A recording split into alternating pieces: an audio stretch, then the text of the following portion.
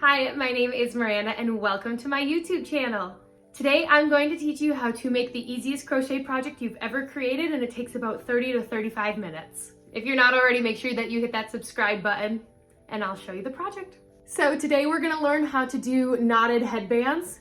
The pattern for this is available on my website craftymamamir.com and includes stitch count, color combination, supplies you'll need, and then this video will walk you through step by step.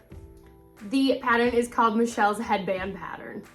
It includes 3 sizes, so you have the adult, the toddler, and the infant, and now we'll get started. The nice thing about this pattern is that it takes up very little yarn, so I'm going to use some of my scrap yarn for this. And for this pattern, we are using 2 strands of yarn at a time, but we're using them as one. So you can pick any 2 colors, but as we work with this, we are going to use it like it is 1 strand of yarn. We are going to start, and you're going to lay the yarn flat over your hand, and then you're going to loop it around once so you have 2 loops on your finger. Then what you'll do is you'll take the left string and put it over the right string, but keep it on your finger still. And then you'll take the left string and you'll pull it over your finger. This is going to create your knot, and then we will start with our chain stitches. To do the chain stitch, all you're going to do is essentially you're going to pull the bottom over the top, and you're going to pull it under the hook. So you just pull this string and you want to pull this bottom over the top. So we're going to do our chain stitches. And if this is too hard for you, what you can do is you can loop the yarn around, and you can take the bottom and physically bring it over the top. You can loop, grab the bottom, and bring it over the top like that. The only thing is you want to make sure that however you are doing your chain stitches, you are doing it consistently. So I'm going to undo those ones, and then I will do the chain stitches and then meet you once our chain stitch is done. We finished our chain stitch, so what we're going to do is we're going to skip our first and our second stitch, or the V from the hook, and we're going to go into the top part of the V on our 3rd stitch. So this pattern is a half double crochet, but you can modify it and use a single crochet or a double crochet. I think I'm going to do a video showing just different stitches all together, but what you're going to do is you're going to loop, skip the 2 and go under, loop again, and then you're going to pull back underneath just this stitch right there. So back. At this point, you'll have 3 on your hook. You're going to loop, and then you're going to go under all 3 of those. So again, it's loop, under, loop, back, and you'll have 3 on your hook, loop, and you're going to bring these bottom 3 ones over that top one. So that top one will get hidden underneath the hook like that, and you're just going to bring it under all 3 of those. So loop, under, loop, back, 3 on the hook, loop, and then back through all 3.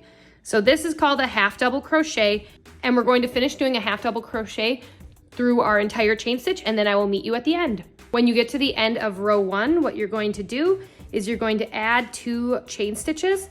What this does is this allows you to jump to the next row.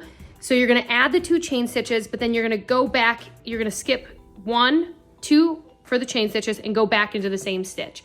So you will have the same amount of stitches every time. Your work should not angle in. The only reason we add those chain stitches is to jump up to the next row.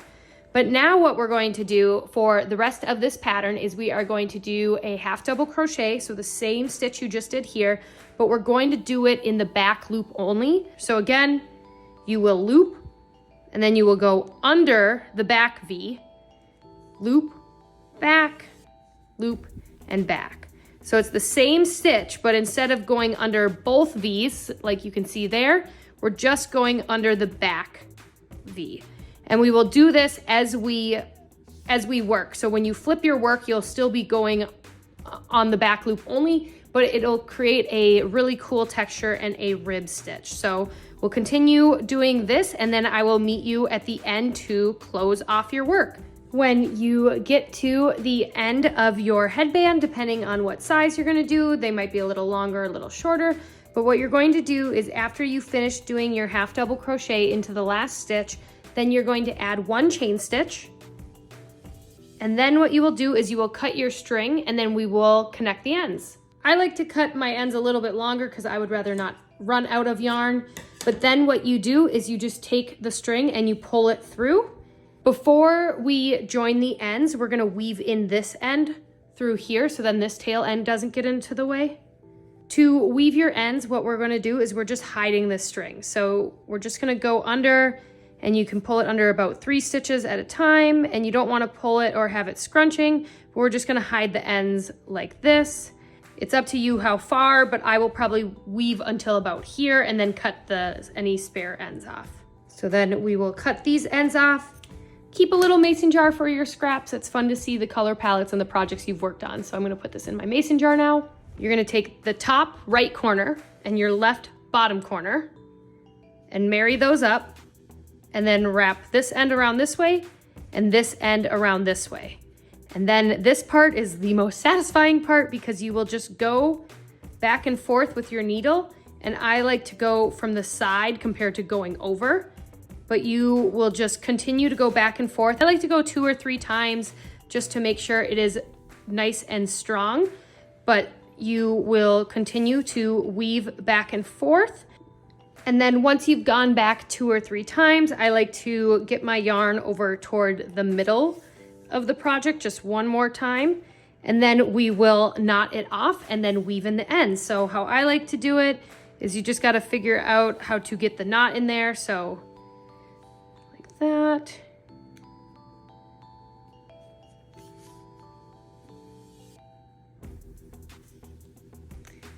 And then from there, I will weave in the ends right here. And then cut off your ends and put them in your mason jar.